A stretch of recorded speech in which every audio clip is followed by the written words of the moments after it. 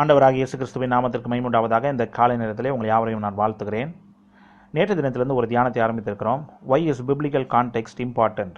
ஆண்டுடைய வார்த்தையை நாம் வாசிக்கும் பொழுது, இதை தியானிக்கும் பொழுது, சொல்லப்பட்ட சந்தர்ப்ப சூழ்நிலையை மனதிலே வைத்துதான் அந்த வசனங்களை புரிந்து கொள்ள வேண்டும், அதை நாம் தியானிக்க வேண்டும் என்கிறதான சத்தியத்தை வலியுறுத்தி தான் நேற்று தினத்திலே சுருக்கமாக சில காரியங்களை பார்த்தோம்.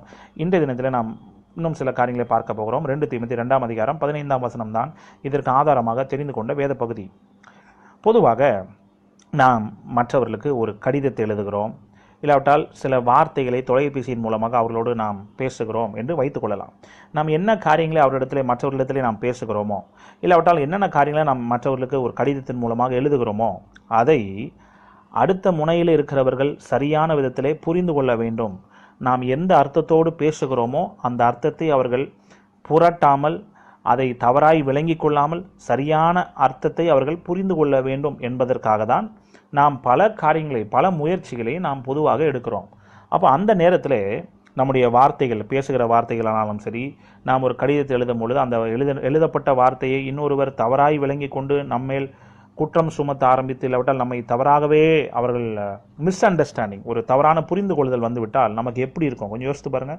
நம்ம அதே நேரத்தில் சந்தோஷப்படுவோமா, இல்லாவிட்டால் வேதனைப்படுவோமா? வேதனைப்படுவோம். அவர்களிடத்திலே நாம் மறுபடியும் தொடர்பு கொண்டு என்ன சொல்லுவோம்? நான் அப்படி சொல்ல வரல, என்னுடைய கருத்தை நீங்கள் தவறாய் விளங்கி கொண்டிருக்கிறீர்கள், ஆகவே அதை கொஞ்சம் கிளியர் பண்ணுவோம், அந்த சந்தேகத்தை நாம் கிளாரிஃபை பண்ணுவோம், அவர்களிடத்தில் அந்த சந்தேகத்தை தீர்த்து விடுவோம். நீங்கள் என்னை தவறாய் விளங்கி கொண்டிருக்கிறீர்கள், நான் அந்த அர்த்தத்தோடு அந்த வார்த்தைகளை எழுதவில்லை, இதுதான் நான் சொல்ல வந்த காரியம், ஆனால் நான் சரியான வார்த்தைகளை பயன்படுத்தாமல் நான் அதை எழுத தவறிவிட்டேன், என்னை மன்னித்துக்கொள்ளுங்கள் என்றெல்லாம் சில காரியங்களை நாம் அதை கிளியர் பண்ணுவதற்காக சொல்லுகிறோமே. எதற்காக அந்த காரியங்களை, உதாரணத்தை நான் சொல்லுகிறேன். அப்போ நம்ம சொல்லுகிற வார்த்தைகளையும், நாம் பேசுகிற வார்த்தைகளையும், நாம் எழுதுகிற வார்த்தைகளையும் மற்றவர்கள் சரியாய் புரிந்து கொள்ள வேண்டும் என்று நாம் நினைக்கிறோமே, இதுதான் கரெக்ட் இன்டர்பிரிட்டேஷன், இதுதான் சரியான வியாக்கியானம், இதுதான் அந்த வார்த்தையினுடைய அர்த்தம். அப்போது இந்த ஆண்டுடைய வார்த்தையை நாம் வாசிக்கும் பொழுதும், அதை தியானிக்கும் பொழுதும், அந்த சொல்லப்பட்ட சந்தர்ப்ப சூழ்நிலையை நாம் அலட்சியப்படுத்தினோம் என்று சொன்னால் அந்த சரியான அர்த்தத்தை நம்மால் விளங்கி கொள்ள முடியாது. அப்போ எழுதினவர்கள் ஒரு நோக்கத்தோடு எழுதியிருப்பார்கள், அதை நாம் புரிந்து கொள்ளும் பொழுது தவறாகவே புரிந்து கொண்டு நம்முடைய வாழ்க்கையும் தவறாகவே நடத்துவோம். அதனுடைய முடிவு அதுதான். இன்றைக்கி பல கிறிஸ்தவர்கள் அந்த வசனத்தினுடைய சரியான அர்த்தம் தெரியாமல் அவர்களாகவே ஒரு அர்த்தங்களை யூகித்து கொண்டு பல முறை அவர்கள் வேதத்தை அப்படிதான் வாசிக்கிறார்கள். அதனுடைய விளைவை நாம் கண்கூடாக பார்க்கிறோம். இன்றைக்கி கிறிஸ்தவத்திற்குள்ளாக ஏன் பல பிரிவுகள் வந்ததற்கு முக்கியமான காரணம் என்ன? அவர்களுடைய பாரம்பரியங்களுக்கு முக்கியத்துவம் தந்தபடியினாலே அவர்கள் அந்த குறிப்பிட்ட வசனத்தை எப்படி அவர்கள் அதை வியாக்கியானம் பண்ணி கொண்டு, எப்படி அதை புரிந்து கொண்டு, எப்படி அவர்கள் வாழ்க்கையை நடத்துகிறார்கள், அதன் அடிப்படையிலே தான் இன்றைக்கி பல பிரிவுகள் கிறிஸ்தவத்திற்குள்ளாக இருக்கிறது. அப்போ பாருங்கள், இன்றைக்கு நாம் இந்த ஆண்டுடைய வார்த்தை எதற்காக ஆண்டவர் நம்ம இதை கொடுத்திருக்கிறார் நம்முடைய கரங்களிலே, ஏதோ ஒரு குழப்பம் உண்டாக்கி நமக்குள்ளாக ஒரு பிரிவினை உண்டாக்கும்படியாக அல்ல, ஒரு ஒற்றுமையை உண்டாக்கி, ஒரு ஒருமனதை உண்டாக்கி, நமக்கு எல்லாருக்கும் ஒரு சரியான புரிந்து கொள்ளுதல் இருக்க வேண்டும் என்கிறதுக்காக தான் ஆண்டவர் இந்த வார்த்தையை நம்முடைய கரங்களிலே கொடுத்திருக்கிறார்.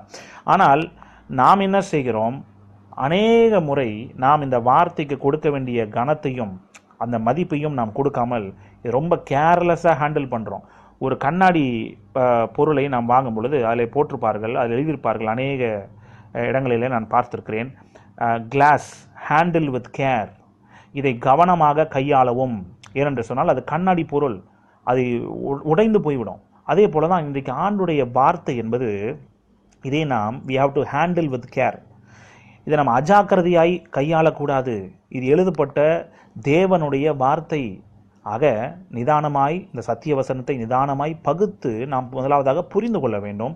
அதற்கு அடுத்துதான் மற்றவர்களுக்கு நாம் சொல்ல முடியும். நான் ஏற்கனவே சொன்னது போல, ஒருவேளை நாம் மற்றவர்களுக்கு சொல்லாவிட்டாலும் முதலாவதாக நாம் சரியான விதத்தில் இதை புரிந்து கொள்ள வேணும். அதுக்கப்புறம் தான் நம்ம அதை என்னுடைய வாழ்க்கையிலே நாம் சரியான விதத்திலே கடைபிடிக்க முடியும்.